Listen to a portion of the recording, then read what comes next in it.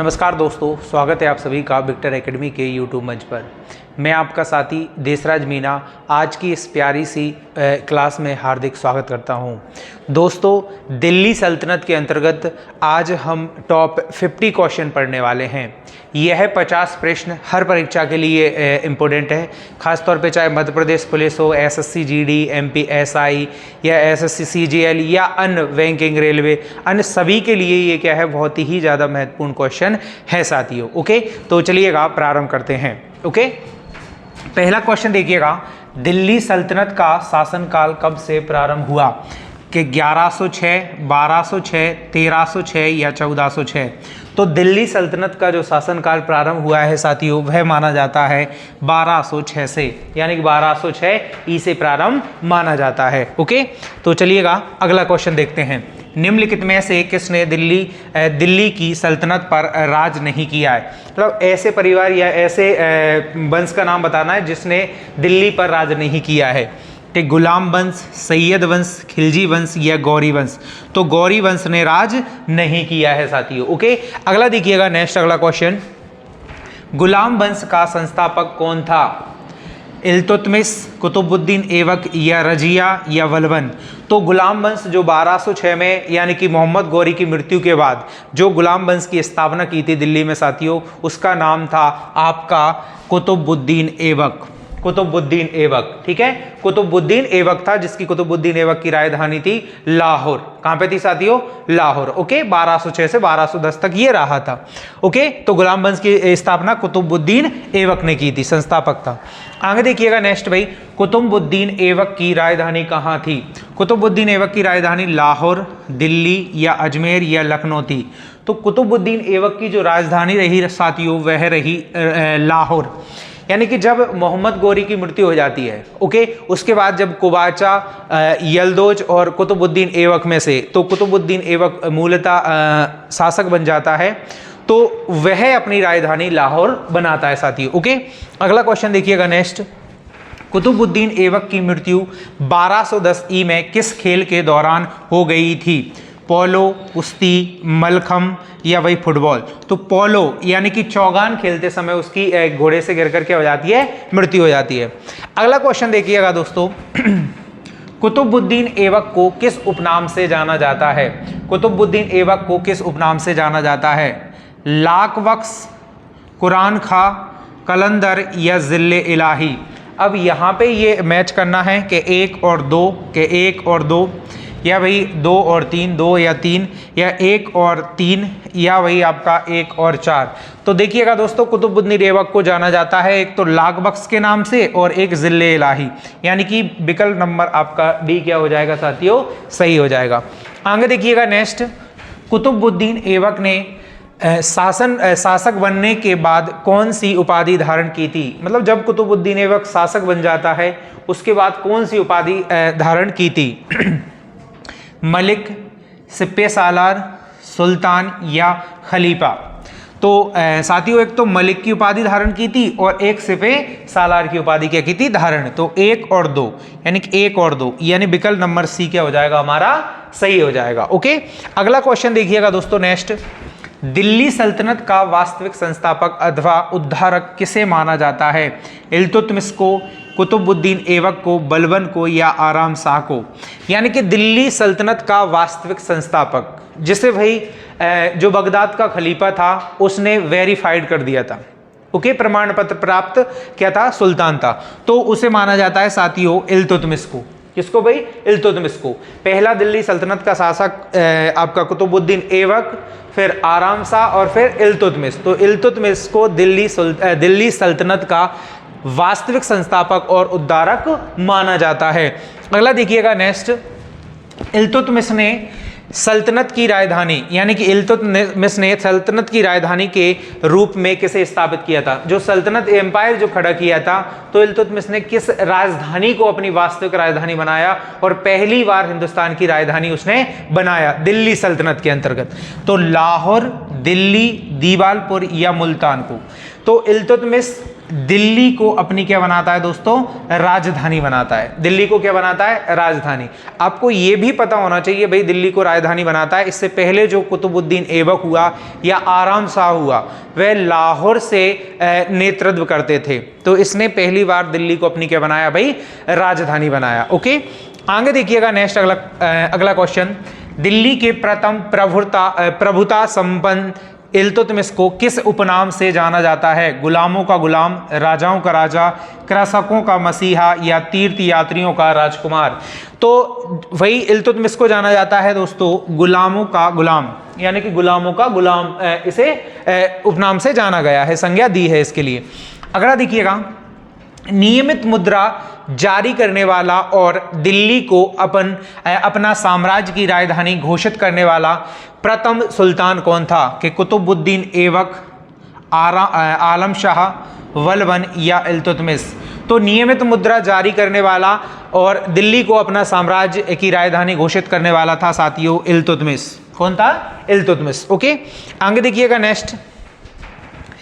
किसके सिक्के पर बगदाद के खलीफा का नाम अंकित हुआ करता था? कुतुबुद्दीन ऐबक, इल्तुतमिश या अलाउद्दीन खिलजी या अलाउद्दीन मसूद शाह। तो जो सिक्कों पर बगदाद के खलीफा का सर्वप्रथम नाम अंकित हुआ करता था, वह हुआ करता था साथियों इल्तुतमिश। किसके भाई? इल्तुतमिश के नाम पर हुआ करता था। क्या हुआ? इल्तुतमिश के नाम पर। ओके, अगला देखिएगा नेक्स्ट भाई। इल्तुतमिश ने निम्नलिखित में से किस दल का गठन किया था? अदब ए तुर्कानी, तुर्कान ए चहलगानी, दल खालसा या दल पचासा।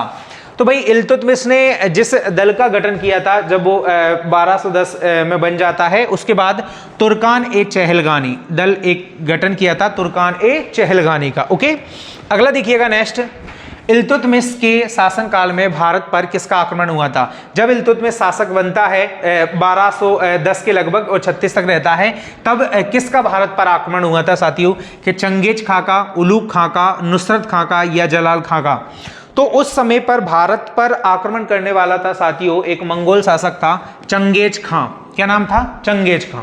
तो चंगेज खां 1210 में जब इल्तुतमिश शासक बनता है और 1236 तक रहता है, तो 1227 से पहले भारत पर यह आक्रमण करता है चंगेज खां, और मंगोलिया में जाके इसकी क्या हो जाती है? मृत्यु। सिंधु नदी को ये क्या नहीं कर पाता है? पार नहीं करता है। ओके, 2 महीने तक वहां पे रहता है। आगे देखिएगा नेक्स्ट भाई, अगला बिंदु। किस शताब्दी में दिल्ली का कुतुब मीनार बनाया गया? यानी कि किस शताब्दी में दिल्ली का कुतुब मीनार बनाया गया? देखिएगा, 12वीं शताब्दी, 13वीं शताब्दी, 14वीं शताब्दी और या साथियों 11वीं शताब्दी। तो ये 13वीं शताब्दी में बनाया गया। कब बनाया गया? 13वीं शताब्दी में ये बनकर के हुआ था, बनाया गया है साथी। ओके, लगभग 1200 के बाद बनाना, लगभग 1200 में, यानी कि कुतुबुद्दीन ऐबक ने इसकी नींव डाली थी और इल्तुतमिश ने इसको क्या किया था? पूरा। और लगभग आपका 1295 और 13वीं शताब्दी के एंड तक 5वीं मंजिल इसकी बनकर तैयार हुई थी। आगे देखिएगा नेक्स्ट भाई। इनमें से किस मंगोल नेता या कमांडर ने भारत पर आक्रमण करने के लिए सिंधु नदी पार नहीं की? चंगेज खान, तेग बहादुर या तेग बहादुर या बहादुर अब्दुल्ला या कुतलुग ख्वाजा। तो मैंने अभी बताया था कि चंगेज खान। कौन भाई? सिंधु नदी पार नहीं की थी किसने भाई? चंगेज खान ने। ओके, चंगेज खान ने। आगे देखिएगा नेक्स्ट बेटा। निम्नलिखित में से कौन भारत की प्रथम महिला शासिका है? मतलब भारत की कौन महिला शासिका है? प्रथम महिला शासिका रजिया सुल्तान, चांद बीबी, दुर्गावती या नूरजहां।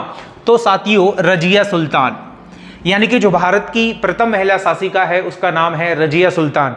रजिया सुल्तान इल्तुतमिश की पुत्री थी साथियों।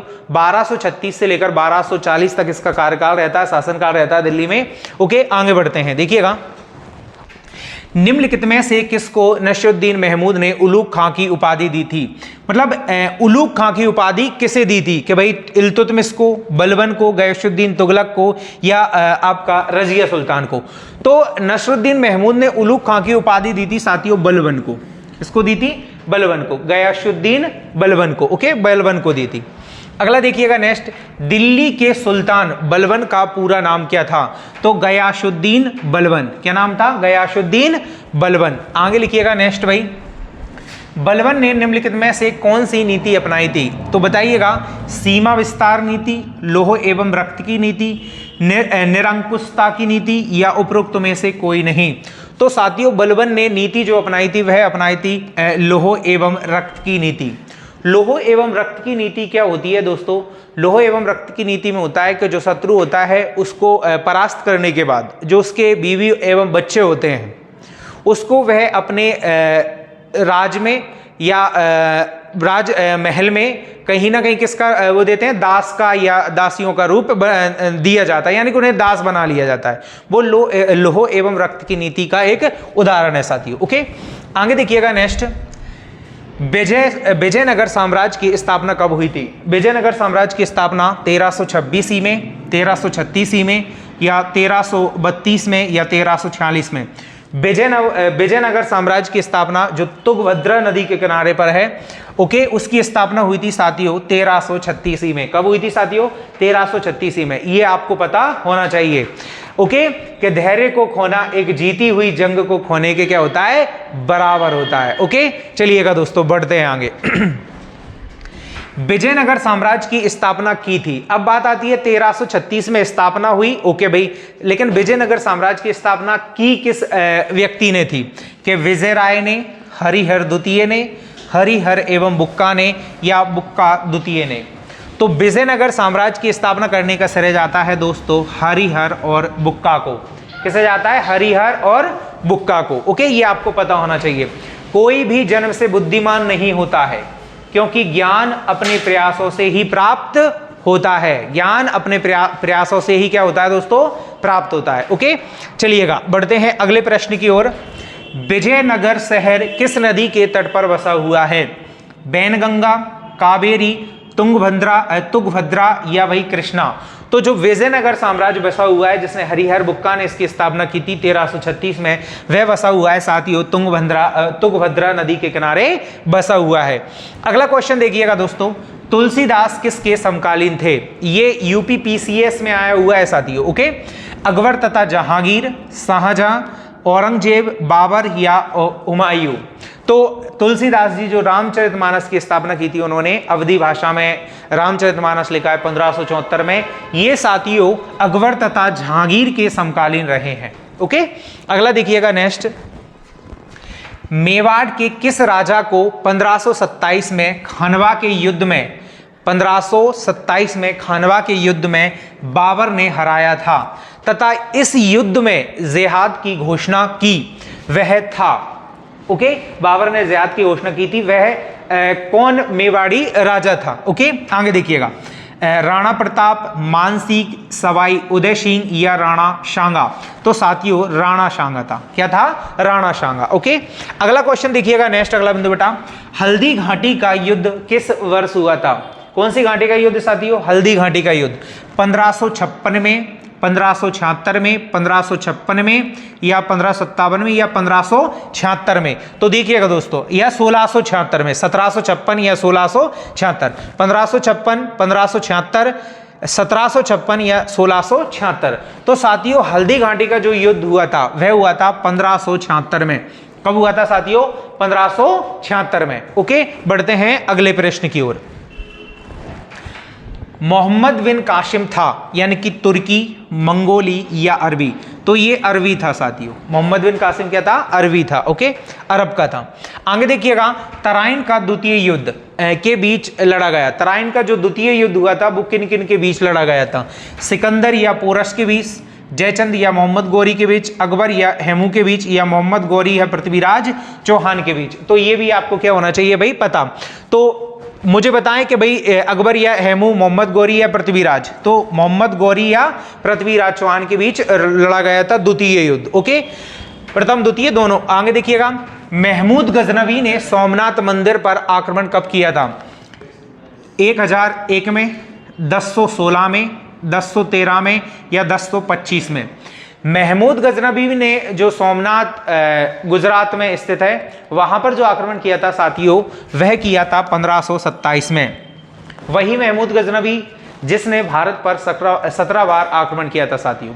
तो गुजरात पर 1025 में, गुजरात पर 1025 में क्या किया था, सोमनाथ मंदिर पर इसने आक्रमण किया था दोस्तों। ओके, बढ़ते हैं अगले प्रश्न की ओर।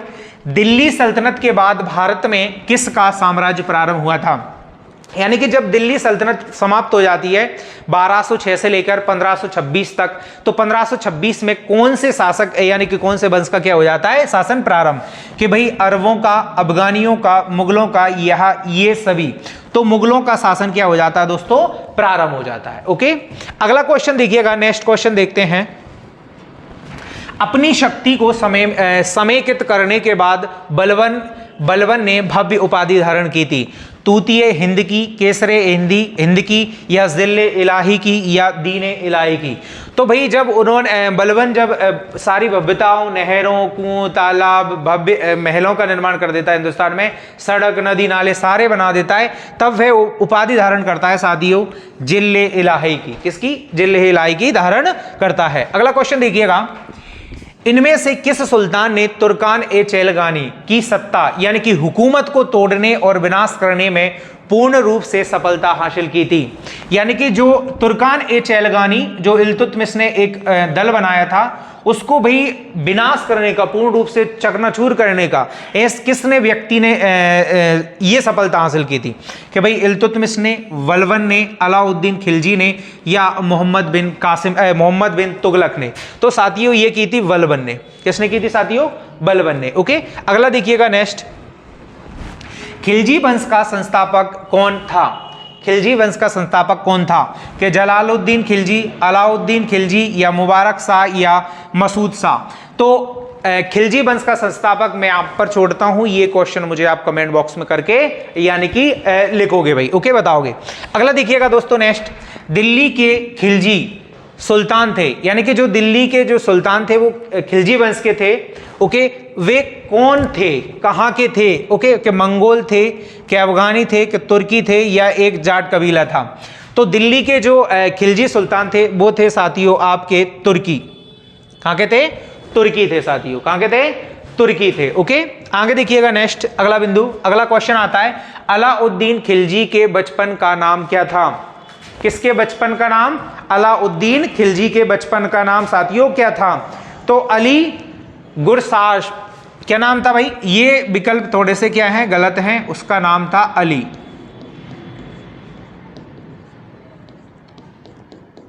गुरसाश। क्या नाम था साथियों? अली गुरसाश, उसका क्या नाम? अलाउद्दीन के खिलजी के बचपन का नाम था। ये विकल्प नहीं है। ओके, ये सही है। अगला देखिएगा नेक्स्ट, अलाउद्दीन खिलजी को नवीन धर्म की इच्छा रखने के कारण किसके विरोध का सामना करना पड़ा था? कि उलेमाओं का, वजीर का, या सामान्य जनता का, या सैनिकों का? तो साथियों उलेमाओं का उन विरोध का सामना करना पड़ा था उसको। ओके, आगे देखिएगा नेक्स्ट, अगला क्वेश्चन क्या कहता है, अलाउद्दीन खिलजी ने निम्नलिखित में से कौन सी उपाधि धारण की थी? कि सिकंदर सानी की, जिले इलाही की, सिप्पे शालार की, या हजरत ए आला की? तो भाई अलाउद्दीन खिलजी ने उपाधि धारण की थी सिकंदर ए शानी, या सिकंदर सानी की क्या कर ली थी उसने? उपाधि धारण की थी। ओके, अगला क्वेश्चन देखिएगा दोस्तों नेक्स्ट, अगला, कौन सा फारसी इतिहासकार अलाउद्दीन खिलजी के साथ उसके चित्तौड़ अभियान में गया था? यानी कि अलाउद्दीन खिलजी ने जब चित्तौड़ के राजा रतन सिंह पर आक्रमण किया था, रानी पद्मिनी को हरण करने के लिए, तो ऐसा कौन सा फारसी इतिहासकार था जो उसके साथ गया था साथियों? उसका नाम था अमीर खुसरो। क्या नाम था? अमीर खुसरो। क्या नाम था भाई उसका? अमीर खुसरो नाम था। आगे देखिएगा, अलाउद्दीन खिलजी के आक्रमण के समय देवगिरी का शासन कौन था? यानी कि देवगिरी पर उस समय शासक कौन था? रामचंद्र देव, प्रताप रुद्र देव, मलिक काफूर, या राणा रतन सिंह? तो अलाउद्दीन खिलजी ने जब आक्रमण किया था देवगिरी पर, उस समय पे देवगिरी का शासक था रामचंद्र देव। क्या नाम था देवगिरी के शासक का उस समय के? का रामचंद्र देव। ओके, अगला क्वेश्चन देखिएगा दोस्तों नेक्स्ट, निम्नलिखित में से किसने अपनी राजधानी दिल्ली से देवगिरी बनाई थी? कि कि स्थानांतरण की थी? क्या इल्तुतमिश ने, गयासुद्दीन बलबन ने, या अलाउद्दीन खिलजी ने, या मोहम्मद बिन तुगलक ने? तो किसने की थी साथियों? मोहम्मद बिन तुगलक ने। ओके, आगे देखिएगा नेक्स्ट, रानी पद्मनी, रानी जो पद्मावती थी, रानी पद्मनी का बचपन का नाम अलाउद्दीन की चित्तौड़ विजय से जोड़ा गया। यानी कि रानी पद्मनी का नाम अलाउद्दीन की चित्तौड़ विजय से जोड़ा जाता है। उसके पति का नाम, रानी पद्मनी के पति का नाम या रानी पद्मावती माता, उसका नाम क्या था? महाराणा प्रताप सिंह, रणजीत सिंह, राजा मान सिंह या राणा रतन सिंह? तो राणा रतन सिंह क्या नाम था उनका। ओके, आगे देखिएगा दोस्तों नेक्स्ट, किसने अपने आप को खलीफा घोषित किया था? यानी कि खलीफा अपने आप को घोषित करने वाला ऐसा बादशाह ऐसा सुल्तान कौन हुआ? इल्तुतमिश, अलाउद्दीन खिलजी, महमूद गजनबी या मुबारक शाह खिलजी? तो मुबारक शाह खिलजी ने स्वयं को क्या घोषित कर दिया था? खलीफा घोषित कर दिया था। क्या घोषित कर दिया था? खलीफा। अगला क्वेश्चन देखिएगा, किस इतिहासकार ने यह वर्णित किया है कि मुबारक खिलजी कभी कभी दरबार में नग्न अवस्था में आता था? यानी कि ऐसा इतिहासकार कौन है जो मुबारक खां खिलजी के बारे में कहता है कि ये दरबार में कभी कभी नग्न अवस्था में आ जाता था?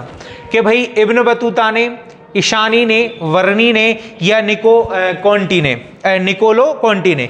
तो वर्णी ने इसके विषय में कहा है कि जो मुबारक खिलजी था वो कभी कभी दरबार में कैसे अवस्था में आ जाता था? नग्न अवस्था में आ जाता था। भाई ये वर्णी ने कहा है। किसने कहा है? वर्णी ने। ओके, अगला देखिएगा दोस्तों नेक्स्ट, तुगलक वंश का संस्थापक कौन था? गाजी मलिक, उज़्बेक खां, मोहम्मद बिन तुगलक या फिरोज शाह तुगलक?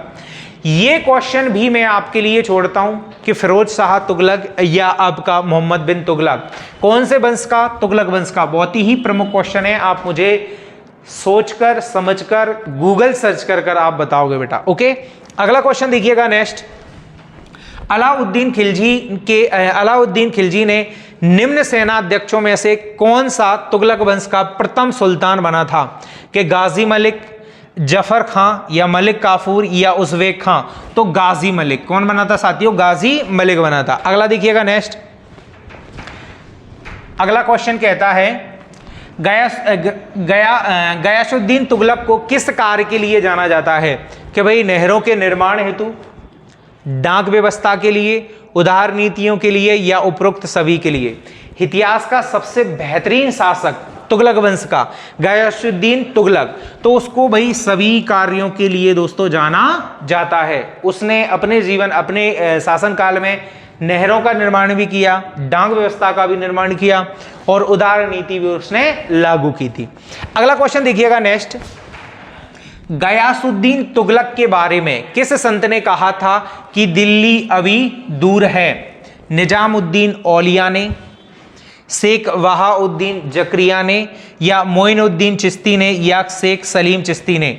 तो निजामुद्दीन औलिया ने कहा था दिल्ली दूरस्त अस्ति, यानी कि दिल्ली अभी दूर है। ओके, निजामुद्दीन औलिया ने। अगला देखिएगा दोस्तों नेक्स्ट, कृषि को समुन्नत यानी कि उन्नत करने के लिए नहर खुदवाने के संदर्भ में 13वीं शताब्दी का निम्नलिखित में से पहला शासक होने का श्रेय किसे जाता है? बलबन को, इल्तुतमिश को, गयासुद्दीन तुगलक को, या राजिया बेगम को? तो बताइएगा दोस्तों किसे जाता है? ये आपको क्या होना चाहिए भाई?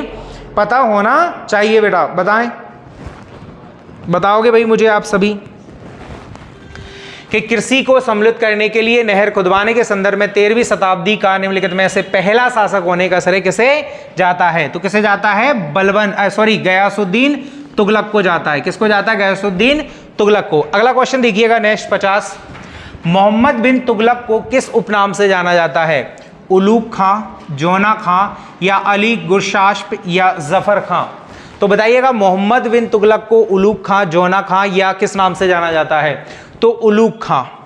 ओके, अगला देखिएगा नेक्स्ट, फिरोज शाह तुगलक ने निम्नलिखित में से किस पर सर्वप्रथम जजिया कर लगाया था? ब्राह्मणों पर, हिंदुओं पर, मुसलमानों पर, या व्यापारियों पर? तो फिरोज शाह तुगलक ने सबसे पहले ब्राह्मणों पर जजिया कर लगाना क्या किया था? प्रारंभ किया था। ओके, उम्मीद करता हूं ये वीडियो आपको पसंद आई होगी। ठीक है दोस्तों, मिलते हैं अगली इसी तरह की सीरीज के साथ में। अपना ख्याल रखिएगा। ओके, जय हिंद।